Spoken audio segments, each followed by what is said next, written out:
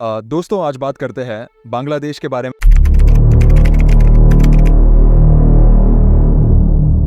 1936 से लेकर 1991 तक की सारी बातें बताऊंगा। बांग्लादेश में जो भी घटना ये घटी है वो घटना ये कैसे घटी है और क्यों घटी है, तो चलिए वीडियो को शुरू करते हैं। बांग्लादेश के इतिहास में 1931 का वर्ष एक ऐसा मोड़ था जिसने देश की राजनीति और समाज को हमेशा के लिए बदल दिया। ये वह समय था जब बांग्लादेश एक नई दिशा में आगे बढ़ने की कोशिश कर रहा था। देश के राष्ट्रपति जिया उर रहमान, जिनकी करिश्माई नेतृत्व क्षमता और साहसिक निर्णयों ने उन्हें जनता के बीच लोकप्रिय बना दिया था, देश को आर्थिक और राजनीतिक स्थिरता की ओर ले जाने में जुटे थे। पर 30 मई 1981 की वह काली रात, जिसने इस उभरते हुए राष्ट्र को एक गहरे संकट में धकेल दिया, बांग्लादेश के इतिहास में एक गहरा धब्बा छोड़ गई। क्या आपने कभी सोचा है कि एक साहसी नेता की हत्या कैसे एक देश की राजनीतिक दिशा बदल सकती है? 1931 की उस काली रात ने बांग्लादेश के भविष्य को न केवल झकझोरा बल्कि देश की राजनीति में एक नया अध्याय भी लिखा। 1981 का वर्ष एक समय जब बांग्लादेश एक नई दिशा में आगे बढ़ रहा था। देश के राष्ट्रपति जिया उर रहमान अपने साहसिक कदमों और दूरदर्शिता के लिए जाने जाते थे, लेकिन 30 मई 1981 की वह काली रात देश के इतिहास में एक गहरा धब्बा छोड़ गई। जिया उर रहमान का जन्म 19 जनवरी 1936 को हुआ था। वो एक सैन्य अधिकारी थे जिन्होंने 1971 के स्वतंत्रता संग्राम में महत्वपूर्ण भूमिका निभाई थी।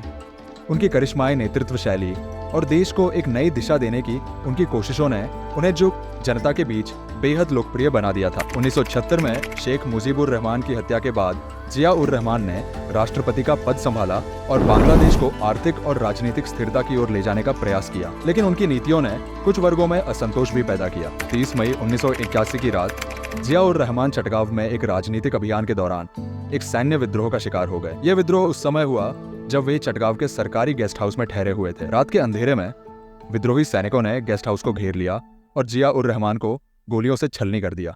उनकी हत्या ने पूरे देश को सदमे में डाल दिया और राजनीतिक अस्थिरता का दौर शुरू हो गया। हत्या के पीछे कौन था और उनकी क्या मंशा थी, यह आज तक एक रहस्य बना हुआ है।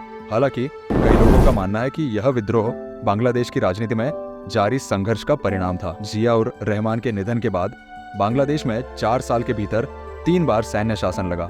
यह राजनीतिक अस्थिरता का दौर था जिसने खालिदा जिया जैसी महिलाओं को राजनीति में मजबूती से कदम रखने का मौका दिया और 1951 में खालिदा जिया ने बांग्लादेश की पहली महिला प्रधानमंत्री के रूप में कदम रखा। 1921 में जिया उर रहमान की हत्या ने पूरे देश को झकझोर कर रख दिया।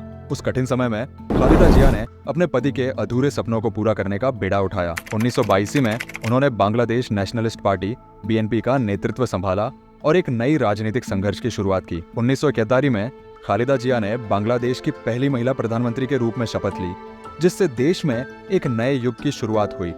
उनके नेतृत्व में बांग्लादेश ने आर्थिक और सामाजिक सुधारों की दिशा में महत्वपूर्ण कदम उठाए। जिया उर रहमान की हत्या के बाद बांग्लादेश ने राजनीतिक अस्थिरता और सत्ता संघर्ष का लंबा दौर देखा। उनकी विरासत और उनकी नीतियों का प्रभाव आज भी बांग्लादेश की राजनीति में देखा जा सकता है। जिया उर रहमान की हत्या ने बांग्लादेश की राजनीति को एक नई दिशा दी। उनका साहस, नेतृत्व और उनके योगदान को हमेशा याद किया जाएगा। अगर आप अनिल सुदानी चैनल पर नए हैं तो चैनल को सब्सक्राइब करके जरूर जाइएगा। मिलते हैं अगले वीडियो में।